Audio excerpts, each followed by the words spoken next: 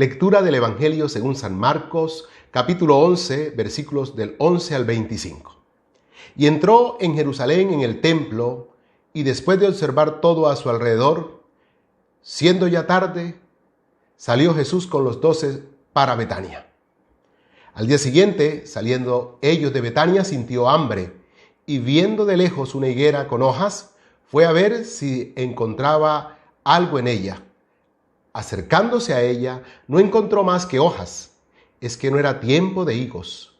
Entonces le dijo: que nunca jamás coma nadie fruto de ti. Y sus discípulos oían esto.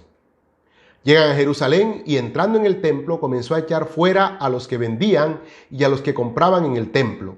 Volcó las mesas de los cambistas y los puestos de los vendedores de palomas, y no permitía que nadie transportase cosas por el templo. Y les enseñaba diciéndoles: ¿no está escrito, mi casa será llamada casa de oración para todas las gentes? Pero vosotros la tenéis hecha una cueva de bandidos.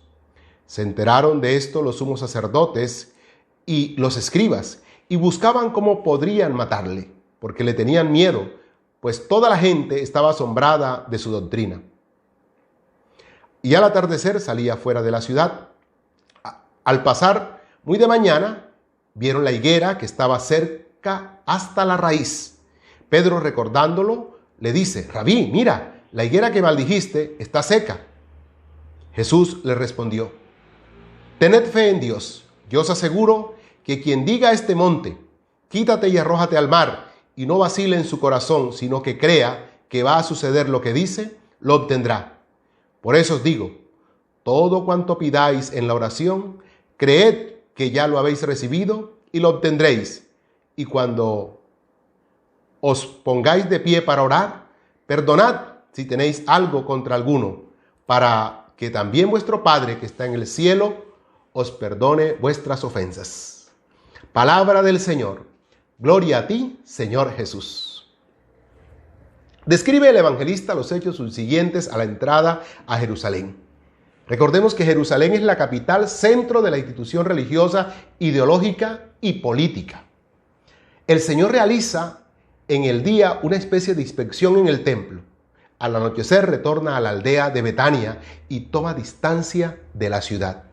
Jerusalén no constituye un lugar para el descanso, con lo que supone que no infunde vida, no repara las fuerzas extenuadas del pueblo, no aviva la esperanza.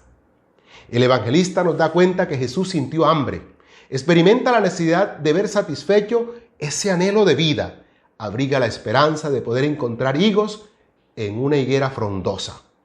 La higuera ha sido símbolo del pueblo de Dios, por lo que esta hambre de Jesús encarna el anhelo porque su pueblo produzca obras de amor. Pero su infidelidad a la antigua alianza los ha hecho estériles. Quiere recoger de ellos alguna cosa, dice el profeta Jeremías, pero no hay racimos en la vid ni higos en la higuera, y están mustias sus hojas. Jeremías capítulo 8, versículo 13. El tiempo para los frutos ha pasado y ya han desaprovechado la oportunidad.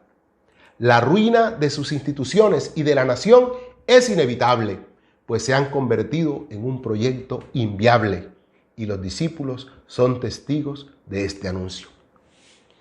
Ya en Jerusalén se revela la causa de la esterilidad de la nación, la corrupción y la insolencia. El templo y el culto son una fachada en la que se ocultan los que explotan y oprimen al pueblo. El templo es como una guarida de bandidos, donde ocultan y disfrazan su perversión, por lo que el templo deja de ser un referente de lo sagrado para los otros pueblos y para la misma nación judía, quienes transitan por él como si fuera por una calle. Tal hipocresía e irreverencia es desaprobada por Jesús, que lo hace saber y lo hace sentir. Dice el Evangelio: comenzó a echar fuera a los que vendían y a los que compraban en el templo. Le volcó las mesas de los cambistas y los puestos de vendedores de palomas, y no permitía que nadie transportase cosas por el templo. Las sanciones de Jesús no pretenden una reforma religiosa, denuncian la entrada en decadencia de un culto ya caduco. Los sacerdotes y letrados no comprenden la denuncia de Jesús y asumen que se trata de una reforma más, de un mesianismo reformista que Jesús está proponiendo. Eso explica su miedo. Muchos en el pueblo también creen que Jesús representa a un Mesías, por lo que los dirigentes temen un levantamiento popular. Su intención no es dialogar con Jesús, sino eliminarlo, porque lo consideran un obstáculo para sus intereses sobre el pueblo y sobre el culto. Lastimosamente, no interpretan el llamado a la conversión que les hace el Señor y se cierran a esta oferta de salvación. Este ir y venir de la ciudad de Jerusalén a Betania, en una de estas mañanas, dice que Pedro se percata, cuando suben nuevamente a Jerusalén, que la higuera está seca de raíz, lo que constata su ruina definitiva. Pedro lo interpreta como causado por la palabra de Jesús. Recordemos que dice: Rabí, mira, la higuera que maldijiste está seca. Por lo que Jesús tiene que entrar a corregir esta interpretación de Pedro. Yo os aseguro que quien diga a este monte, quítate y arrójate al mar, y no vacile en su corazón, sino que crea que va a suceder lo que dice, lo obtendrá. El monte hace clara alusión al monte Sión, montaña donde se encuentra el templo. Lo que persigue Jesús no es la destrucción del templo ni de la ciudad. Solo pretende denunciar con firmeza y determinación la causa de su ruina: la corrupción de sus dirigentes, una corrupción generalizada, y la perversión del culto. Eso es lo que arruina al templo. Eso es lo que trae la ruina sobre la nación. Para provocar ahora en sus discípulos una ruptura radical con las instituciones ya muertas, les dice y los anima a tener fe y a tener confianza y a orar. La primera, la fe, ayuda a superar el miedo, y la segunda, la oración, pone en sintonía con la voluntad de Dios y su proyecto del reino, de modo que superando los temores, nos abramos a la certeza que Dios dispone todos sus recursos para favorecer el proyecto humano que es conforme a su voluntad. El mensaje del Evangelio, mis hermanos, es contundente. Dios espera de todos nosotros frutos de conversión. Y esto es inaplazable, so pena de que nuestra vida pierda sentido y se arruine. El Señor nos ofrece el camino de la fe, que hace de la existencia el culto agradable al Señor, por sincero y coherente, evitando así refugiarnos en la apariencia de la falsa piedad que disimula las faltas y disipa el compromiso.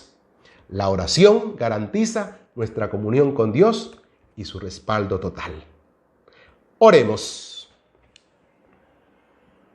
Señor, que podamos dar frutos dignos de conversión, aprovechando el tiempo presente y de gracia que nos concedes.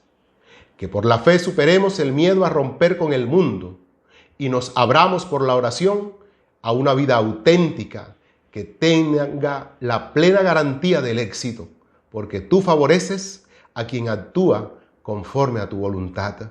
Amén. No se les olvide suscribirse a mi canal. Dios los bendiga a todos.